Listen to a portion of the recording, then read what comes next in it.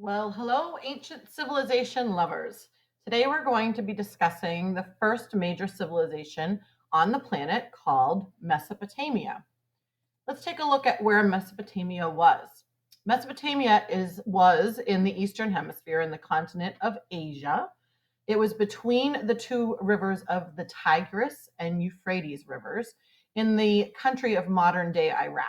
The climate there was very hot and arid, which means dry, but they would have a rainy season each year in which the rivers would flood, giving fertile soil to support agriculture. There were mountains to the east, and it was generally dry, flat lands. If I look at these maps, you can see here it's in where modern day Iraq is now. The Fertile Crescent is kind of like a moon shaped area next to the Mediterranean Sea between the Euphrates and the Tigris rivers. You can see again here, and here is the area here of all the Mesopotamian major city-states. Mesopotamia is the region of the civilizations, and each one of these dots represents a different city-state that grew up along these rivers over hundreds of years. Now, we will look at a video in your assignment slide. Arizona Smith, a fake archaeologist with a super 70s mustache, will teach you everything you need to know about Mesopotamia. So you should look forward to that gem of a video. Let's take a look at the land. So Mesopotamia literally means the land between the rivers. Mesopotamia grew up between the Tigris and Euphrates rivers, and this area was known as the Fertile Crescent because the soil in this area was very fertile, which means it's good for farming and growing things. In the spring, the rivers would overflow, causing flooding, and that soil washed down from the mountains, and it was very fertile. People in Mesopotamia learned to control the flooding by creating these canal systems that are called irrigation. Irrigation just really means the watering of crops. So they invented a form of irrigation, and when they invented this, it was made it able for them to bring water further into the land and actually do farming, and that made a surplus of crops. Surplus means extra, means more than you need. So since they settled down in one area and they had a surplus of farming, a surplus of crops, that allowed them to grow and to become small towns, and then ultimately cities, city-states, and then of course empires. The agriculture means farming. In addition to learning about irrigation, Mesopotamians also began to raise animals. When one raises animals for the purpose of food and for work, that is called domestication.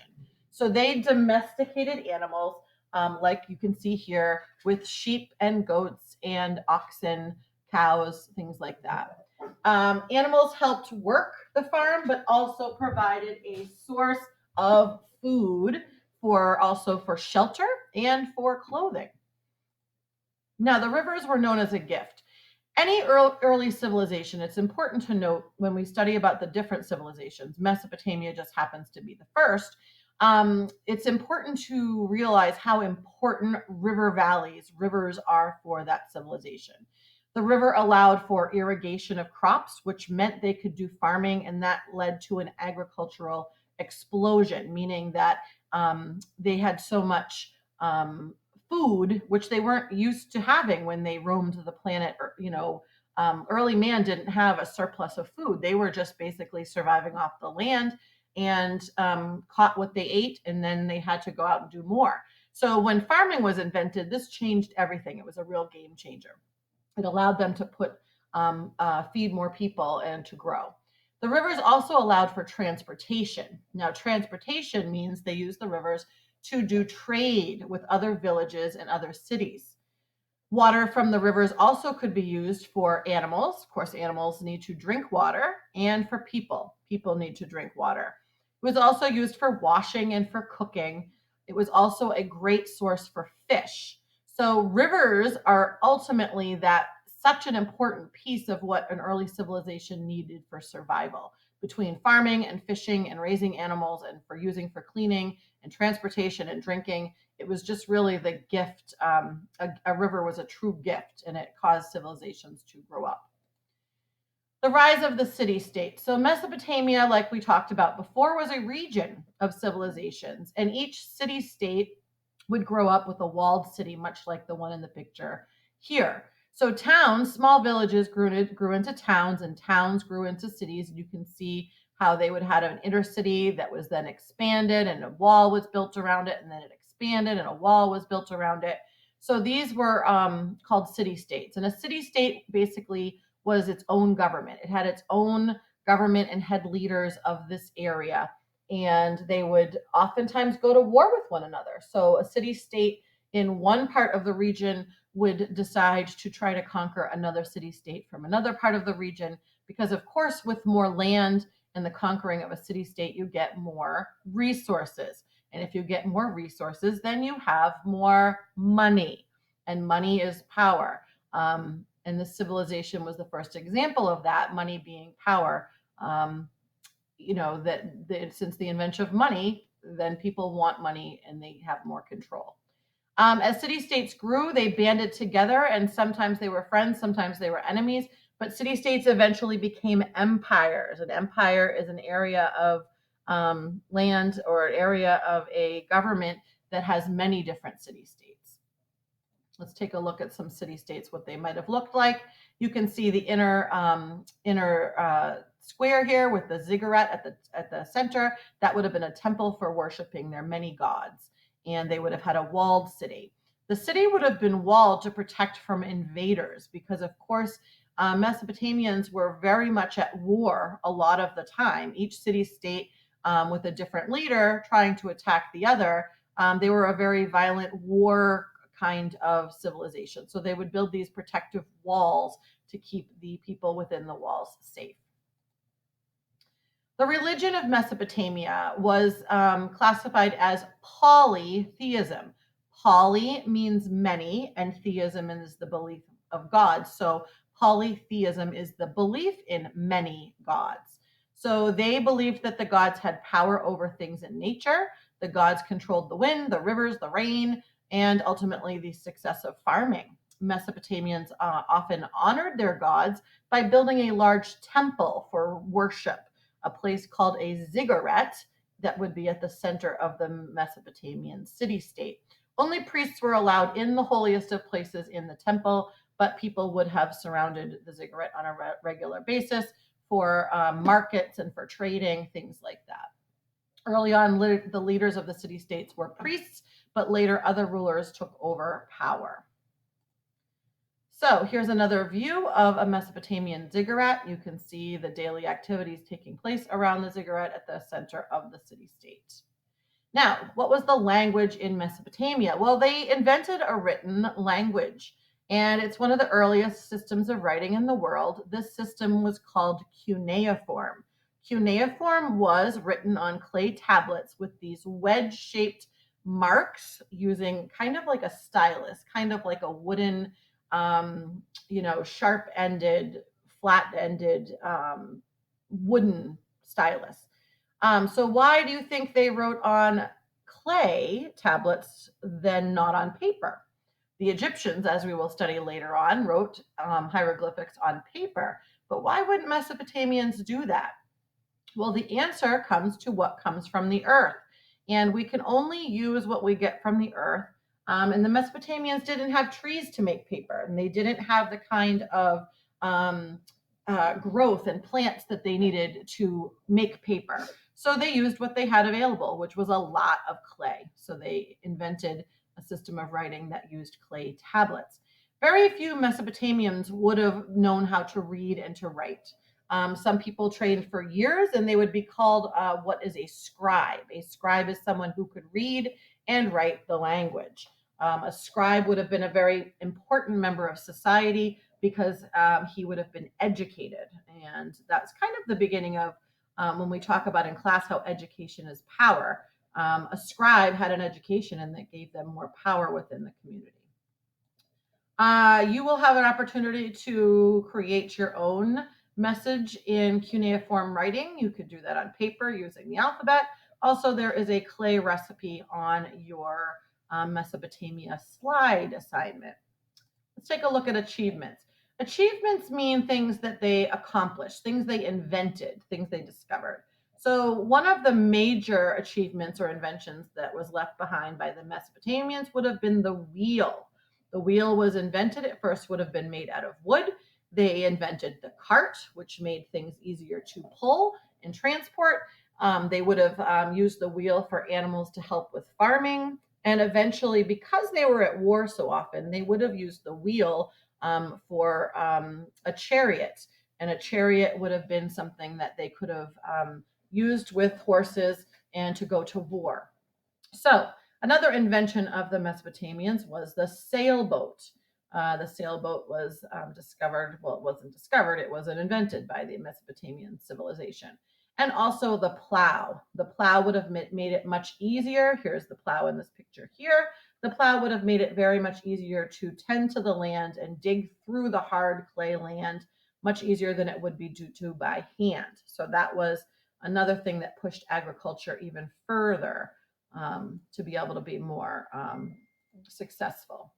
Now, let's take a look at the Mesopotamian achievements, some more things that they invented. They would have done early metal work in Mesopotamia. That led to stronger tools, weapons, and the wearing of metal jewelry. Mesopotamians also studied math. They did some early kinds of inventions in the area of math. They, in fact, our 60-minute hour and our 60-second minute are based on the early work of Mesopotamians. They also did work with the calendar and started keeping time. They had some early inventions in astronomy, of course, studying the stars, and that was studied in Mesopotamia. And we will have some more videos available for you on the slide assignment. Now, let's take a look at politics. Politics is another word for government. Now, city-states grew up all over the region of Mesopotamia, and they fought wars all the time over land and resources. Sometimes they became more powerful, and those kingdoms grew up. Those were called what was an empire. So the beginnings of Mesopotamia would have been in the south, in this area called Sumeria. Sumeria was then taken over by Babylonia. Well, actually, it was taken over by the Akkadians first, but then taken over by Babylonia, then, of course, taken over by Assyria, and ultimately the whole thing became the Empire of Persia. So over hundreds of years, each of these city-states, the empires were destroyed and were taken over by a new empire. Lots of history, if you want to go back in and take a deeper look into Mesopotamia, there's plenty of opportunities for that. Now, one of the most famous kings of the Mesopotamian region would have been King Hammurabi. He is famous for his code of laws that was called Hammurabi's Code. And you can see here there is a statue that you can go actually visit in Paris. It's in the Louvre Museum. You can actually go to see it. It was one of the, if not the very first discovery that we have, or it's the earliest evidence that we have of the first laws that were ever made. Now, this would have been posted for everyone to see. And if you look at this detail down here, cuneiform was carved into this statue. And so they basically had all the rules for the different kinds of ways that citizens of the civilization needed to follow in order to keep order. There was rules about stealing and farming and business and marriage and family, dealing with other people. And what was famous about Hammurabi's code is it was very, very harsh. And it became to be known as the eye for an eye law, meaning that if you took the eye of someone, that the punishment for that would be they would take your eye in reparation for that. We will watch a couple of videos on that when we get to our assignments. Hammurabi's code, some examples were if a builder builds a house for someone and does not construct it properly, and the house which he built falls and kills the owner, then that builder shall be put to death. If a son strikes his father, they should cut off his hand. If the woman has not been careful but has gadded about, neglecting her house and belittling her husband, they shall throw her into the water. If a man puts out the eye of another man, his eye shall be put out. If he breaks the bone of another man, his bone shall be broken. So if he puts out the eye of a man's slave or break the bone of a man's slave, then he shall pay 1/2 of that slave's value. There was a lot of very interesting rules as a part of Hammurabi's code. Now, let's take a look at economics. Of course, economics is using resources to supply what people need and what they want. Now, first of all, we know that they had a surplus of crops. Because their farming was so successful, they were able to have extra. And when they had extra, that meant they could share and trade with other city-states in Mesopotamia. At first, early Mesopotamians would have used a system of bartering, meaning trading one thing for another. Tigris and Euphrates rivers made it easy to transport and trade with other city-states. And some of the commonly things that were traded would have been wheat, barley, copper, gold, and silver. Also flax, which would have been used to weave cloth, wool from sheep, and wood were also some commonly traded items. The invention of the wheel made trade easier. The invention of the cart and the sailboat also made trading easier, and city-states grew because of trade. More about the economy. Because there was extra food from farming, not everybody had to be in a job where they would be trying to get food. Like early hunters and gatherers would spend all day, every day, just trying to get enough food to survive. Well, when people settled down and started civilization, started towns and villages and cities and civilizations, and started farming, they had enough food to feed the people within their civilization. So therefore, that allowed for other types of jobs to happen. Since not everybody needed to be a farmer, people would specialize in jobs in skills and trades like metalworking, building and construction, sailing, artistry.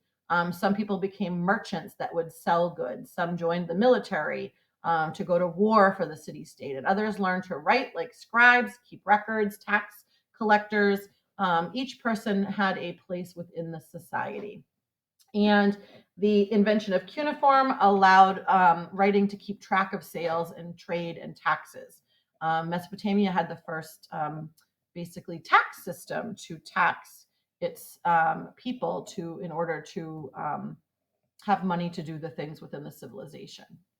Mesopotamian economy, it would have started off with bartering, and there was no money. But they soon invented different kinds of things that could be traded as early money.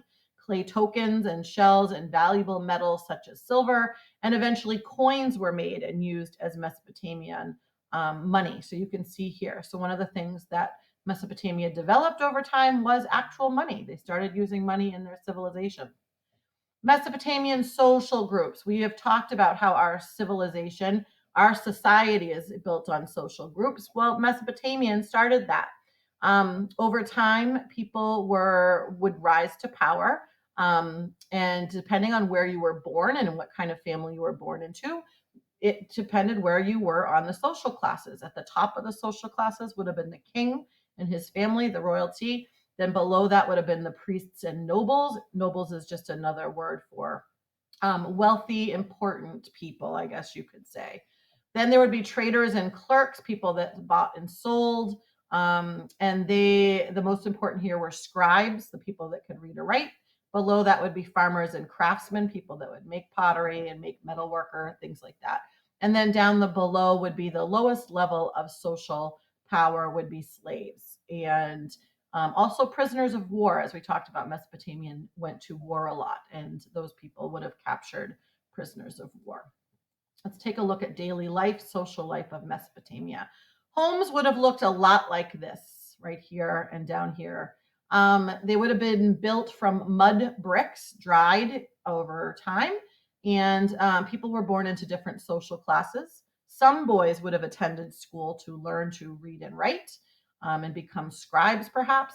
And people dressed according to their social status. The more colorful the clothing was, the more wealthy that person was. The higher in the social pyramid that person was. And of course, you can see that they started to wear things like jewelry, and they started to wear fancier clothing. That showed that they had money and they had power.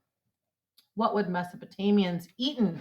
Well, they would have eaten a lot of foods that include different meats, berries, nuts, breads, and dates. Vegetables would have been common at that time. You can see their bread was more of a flatbread, similar to what we would know as a pita nowadays. They would have had duck and they would have had chickens, and they would have had different fruits that grew off in a climate that was warm. Now, we will spend some time in class doing grapes, filling in this chart. We study all civilizations using this acronym to give us a little hint about how life was like in a civilization. G is for geography, R is for religion, A is for achievements, P is for politics, which is government, economics, the economy of a civilization, and their social life and daily life and social structure would be the S. So we will be filling this in, watching some videos in our assignment and filling in the different areas of Mesopotamia. Now, making sure that you are ready for a quiz, you can pause this video and take a look at these questions to see if you can answer them. If you can't answer them, you may want to spend some more time watching the videos on the assignment or going back and rewinding and rewatching parts of this video, because these are the questions that will be on your quiz. All right. I hope you enjoyed learning about Mesopotamia. It's a very fascinating civilization, a very violent and war-torn civilization, but we got a lot from Mesopotamia. Lots of the things that we use today were initially developed by the people that inhabited Mesopotamia. Thank you for listening and good luck on your quiz.